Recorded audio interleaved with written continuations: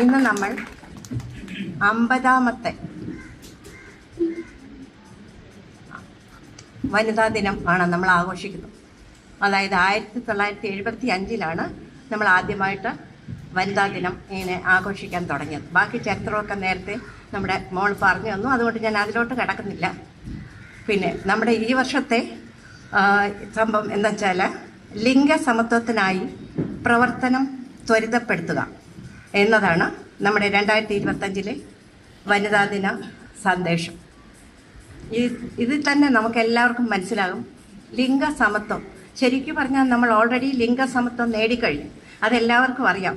കാരണം ഈ 4 ചുമരുകൾക്കുള്ളിലിരുന്ന സ്ത്രീകളിപ്പോൾ നാനാതുറകളിലും എല്ലാ രംഗത്തും അവർ ഉയർന്നു കഴിഞ്ഞു.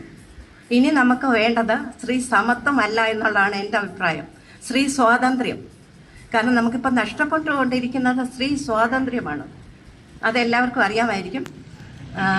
പിന്നെ സ്ത്രീകളെക്കുറിച്ച് പറയുമ്പോൾ ഞാൻ ഇന്ന് വായിച്ച പത്രത്തിൽ വായിച്ചത് ശരിക്കും പറഞ്ഞാൽ കണ്ണു നിറഞ്ഞൊരു സംഭവമാണ്.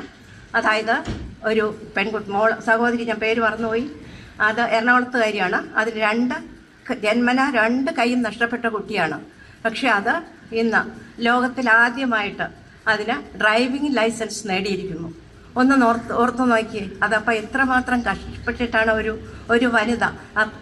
അത് മാത്രമല്ല, ചെറിയ പ്രായത്തിൽ തന്നെ അതിൻ്റെ മാതാപിതാക്കളെ നഷ്ടപ്പെട്ടതായിട്ടാണ് ഞാൻ പത്രത്തിൽ വായിച്ചത്. അത് ഒരു പള്ളിയിൽ അത് താമസിച്ച് അവിടുത്തെ സിസ്റ്റേഴ്സ് അതിന് പഠിപ്പിച്ചു കൊടുക്കുകയും അത് കാലുകൊണ്ട് വരയ്ക്കാനും പഠിക്കാനും ഇപ്പോൾ അത് ഡ്രൈവിംഗ് ലൈസൻസ് എടുത്തിരിക്കുന്നു. എന്നിട്ട് ഇപ്പോൾ ഡബ്ബിംഗ് ആർട്ടിസ്റ്റായിട്ട് മാറാനായിട്ട് നമ്മുടെ ഭാഗ്യലക്ഷ്മി മാഡത്തിൻ്റെ സഹായത്തോടെ അത് ഇങ്ങനെ ഇന്ന് പേപ്പറിൽ അത് വായിച്ചപ്പോൾ സത്യം പറഞ്ഞാൽ കണ്ണു നിറഞ്ഞു പോയി. അപ്പോൾ സ്ത്രീകൾ എല്ലാ മേഖലകളിലും, ഈവൻ അത് 2 കൈകളില്ലാത്ത കുട്ടി പോലും അത് സകല മേഖലയിൽ കൈയടക്കി. അതേപോലെ നമ്മുടെ വിഴിഞ്ഞം പോർട്ട്, അവിടെ 20 ആണുങ്ങളുടെ കൂട്ടത്തിൽ 9 പേരാണ് ഈ ക്രെയിൻ മറ്റും അത് ഉപയോഗിക്കാനായിട്ട്. എന്തുമാത്രം അത് ഭാരോദ്വഹന സാധനമാണ് ഈ ക്രെയിൻ ഉപയോഗിക്കുക, അതിലും സ്ത്രീകൾ കടന്നു കയറി. പിന്നെ KSRTCയിൽ സ്ത്രീകളെ മാത്രം 3 ഡിപ്പോയിൽ അവരെ ഹെഡാക്കി. അതും ഞാൻ ഇന്നത്തെ പത്രത്തിൽ വായിക്കാൻ സാധിച്ചാണ്. അപ്പം ഞാനീ പറഞ്ഞു വരുന്ന, നമ്മൾ വെറുതെ സ്ത്രീ സമത്വത്തിന് വേണ്ടി ഇനി പോരാടിയിട്ട് കാര്യമില്ല. അതായത് സ്ത്രീ സ്വാതന്ത്ര്യം, സാമ്പത്തിക സ്വാതന്ത്ര്യമാണ്. ഇന്ന് തന്നെ എനിക്ക് ഇവിടെ ഇരിക്കുന്ന എത്ര പേര് ഉദ്യോഗസ്ഥരാണെന്ന് എനിക്കറിയില്ല, അവർക്കൊക്കെ എത്രമാത്രം സാമ്പത്തിക സ്വാതന്ത്ര്യം ഉണ്ടെന്നും എനിക്കറിയില്ല. പക്ഷേ ഇന്നത്തെ ചെറിയ കുട്ടികൾ, വളർന്നു വരുന്ന കുട്ടികൾ അത് നല്ല മിടുക്കരാണ്, അവരതെല്ലാം സാധിച്ചെടുക്കുമെന്നാണ് ഞാൻ മനസ്സിലാക്കുന്നത്. പഴയതുപോലെ പഴയ നമ്മുടെ മാതാപിതാക്കൾ നമ്മളോട് പറഞ്ഞിട്ടുള്ളത് എന്താണ്, നിങ്ങൾ എങ്ങനെയെങ്കിലും അടങ്ങി ഒതുക്കി നിങ്ങളെ കെട്ടിച്ചു വിട്ട് ആ പയ്യനോട് ജീവിക്കണം. ആണോ?